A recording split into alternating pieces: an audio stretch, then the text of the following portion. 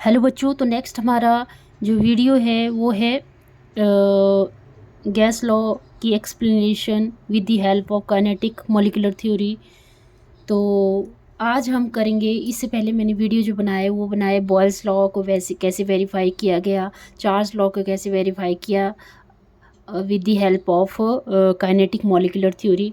ठीक है, तो आज हम पढ़ेंगे डाल्टन लॉ को कैसे वेरीफाई किया। ठीक है, Dalton law of partial pressure, Dalton's law of partial pressure.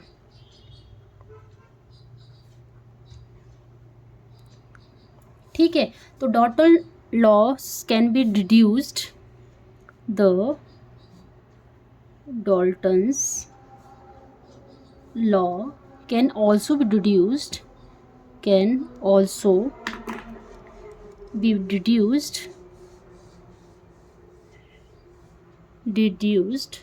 from the kinetic gas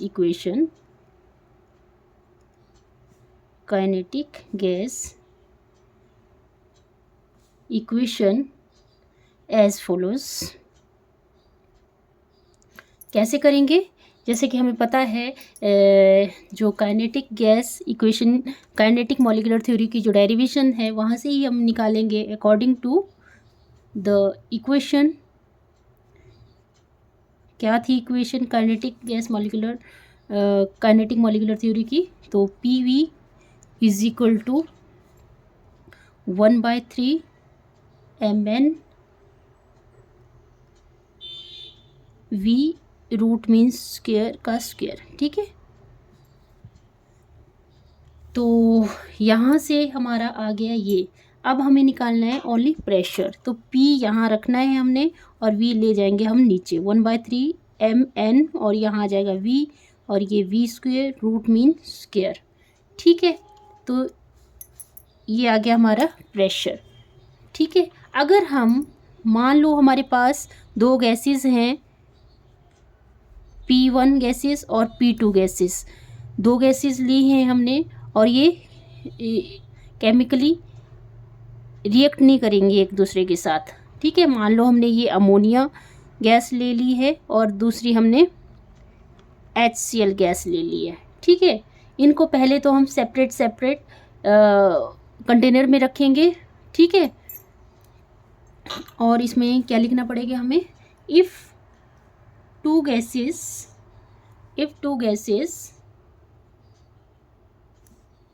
which do not react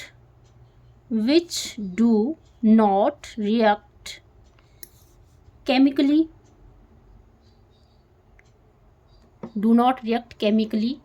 are enclosed separately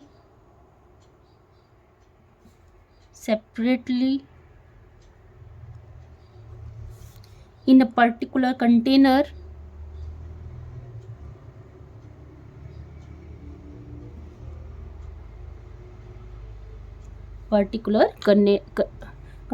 then partial pressure will be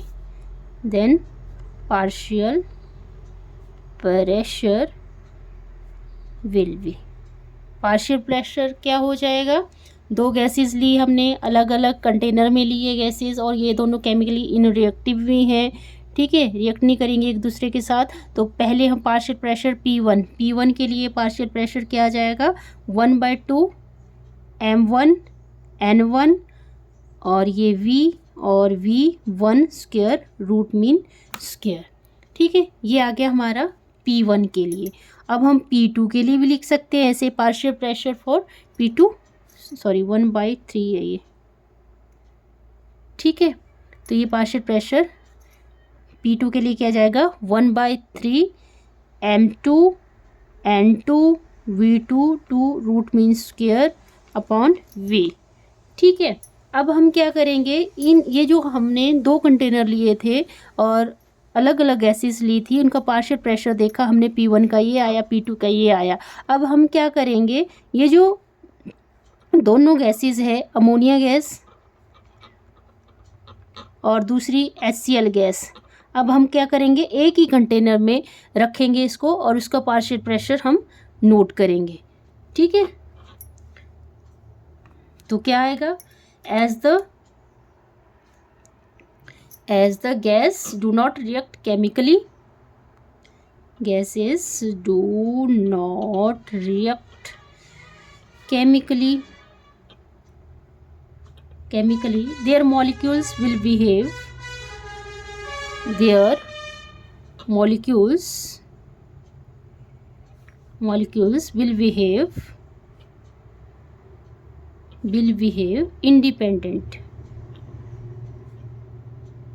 independent of each other,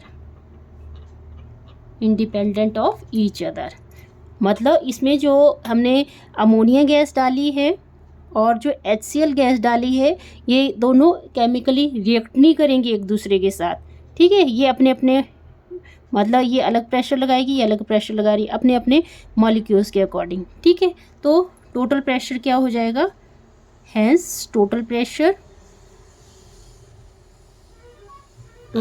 क्या जाएगा, P is equal to 1/3 m1 n1 v1 square root mean square upon v, और P2 के लिए 1/3 m2 n2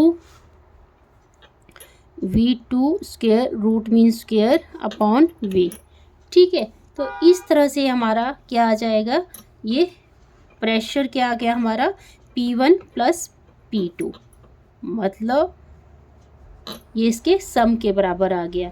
जो total pressure है वो जो independent हमने गैस ली थी उनके प्रेशर के सम के बराबर आ जाएगा।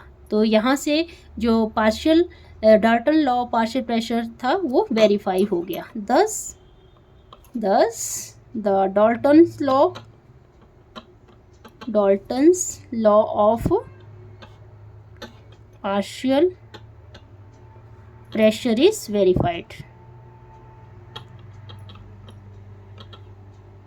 ठीक है, तो हमने ये तीनों लॉ क्या कर दिए, वेरीफाई कर दिए with the help of kinetic molecular theory. I hope आपको ये वीडियो अच्छा लगेगा। अगर अच्छा लगे तो प्लीज़ वीडियो को लाइक करें, शेयर करें, सब्सक्राइब करें चैनल को। Thank you.